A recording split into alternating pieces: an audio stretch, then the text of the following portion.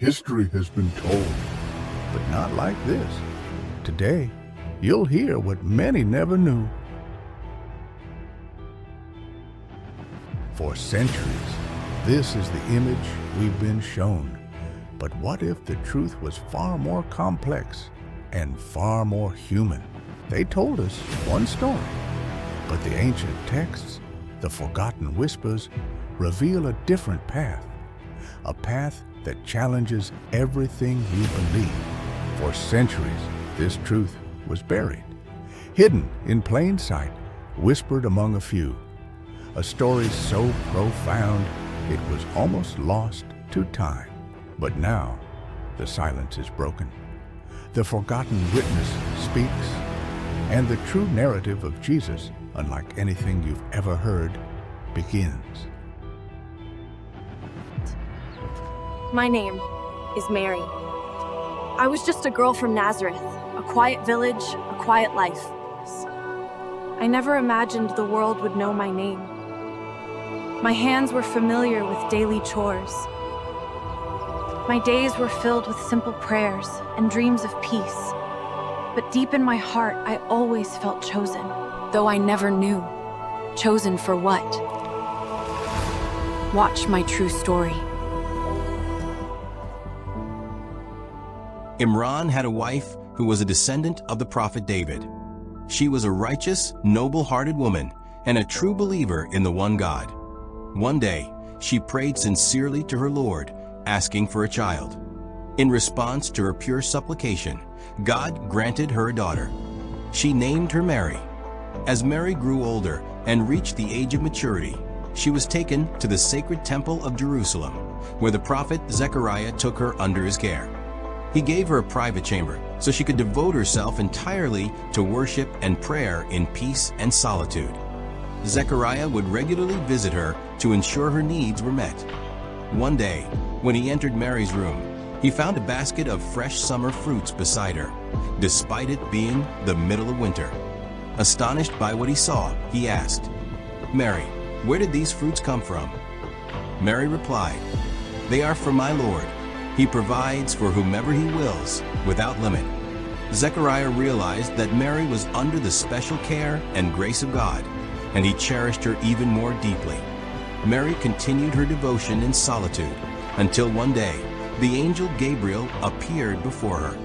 She was frightened at first, but Gabriel reassured her and said, "Fear not, Mary. I am a messenger from your Lord, sent to give you glad tidings. By the will of God, you will bear a child, a son, who will bring great change to the world." Mary, in astonishment, responded, "How can I have a child when no man has ever touched me?" Gabriel replied, "This is the will of God.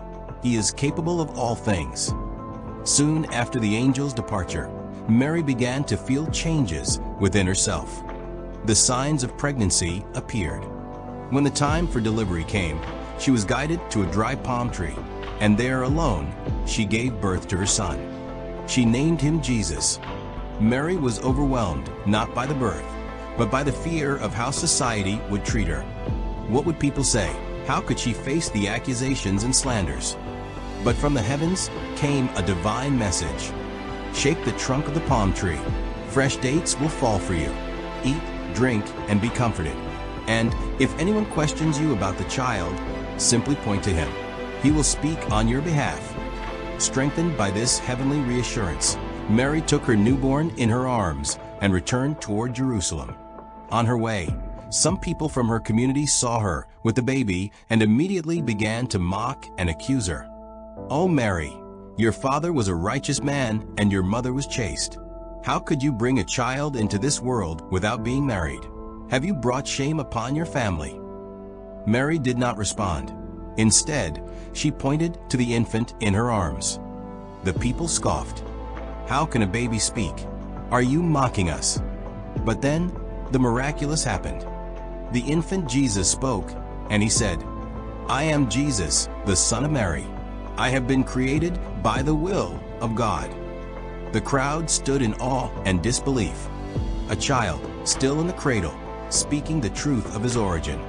It was a miracle that shook the hearts of many and marked the beginning of an extraordinary life. As always, there were those with darkened hearts, worldly, power-hungry men, who feared losing their authority and influence. Threatened by the growing message of faith and truth, they sought to stop its spread by any means. They began to persecute Mary and her son, Jesus. Meanwhile, a group of astrologers and wise men from distant lands, having witnessed celestial signs and prophecies, came to visit Mary and her child.